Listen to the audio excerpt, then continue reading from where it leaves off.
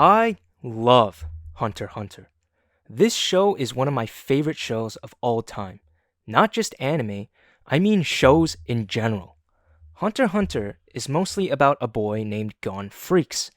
His whole life he was told that his parents had died in an accident, and since then he was taken care of by his aunt. Until one day he finds out that his parents are not dead. In fact, his father is still alive, and he left Gon as an infant to be a hunter. Hunters are basically individuals who hunt down mystical artifacts, explore unknown or new locales, or specialize in a certain field of study.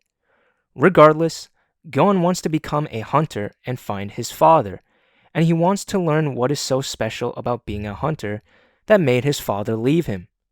When initially watching Hunter x Hunter at face value, it seems like another shonen anime where the main character fights all these crazy bad guys and gets stronger as the series progresses. However, you realize that the show has a lot more subtlety that often goes past people's heads. A phrase that gets thrown a lot with Hunter x Hunter is that it is a deconstruction of shonen anime. What this means is that a lot of times when people expect Hunter x Hunter to go in a certain route with its story or plot structure, it oftentimes does not and goes in a different direction, thus subverting people's expectations. While this is all true, I feel there is more to the story than just Togashi wanting to play with the audience's expectations. There's something so real about Hunter x Hunter that adds a whole other layer of context to the story and characters. Since we mentioned the protagonist, Gon, earlier, I'll be briefly using him as an example of how Togashi writes his characters. At first, Gon seems a little generic. He's a 12-year-old boy who's confident and cheerful, but he's also not that smart. A lot of action anime protagonists have similar traits as Gon, and so you would think that Gon is nothing special. But that's not true.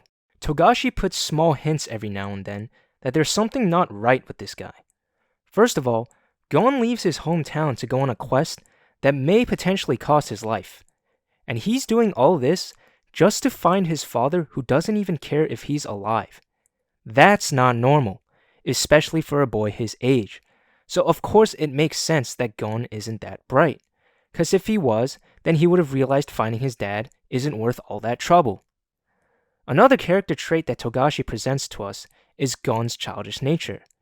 And I don't mean the fact that he's dumb or that he's jovial. I'm talking about his naivety.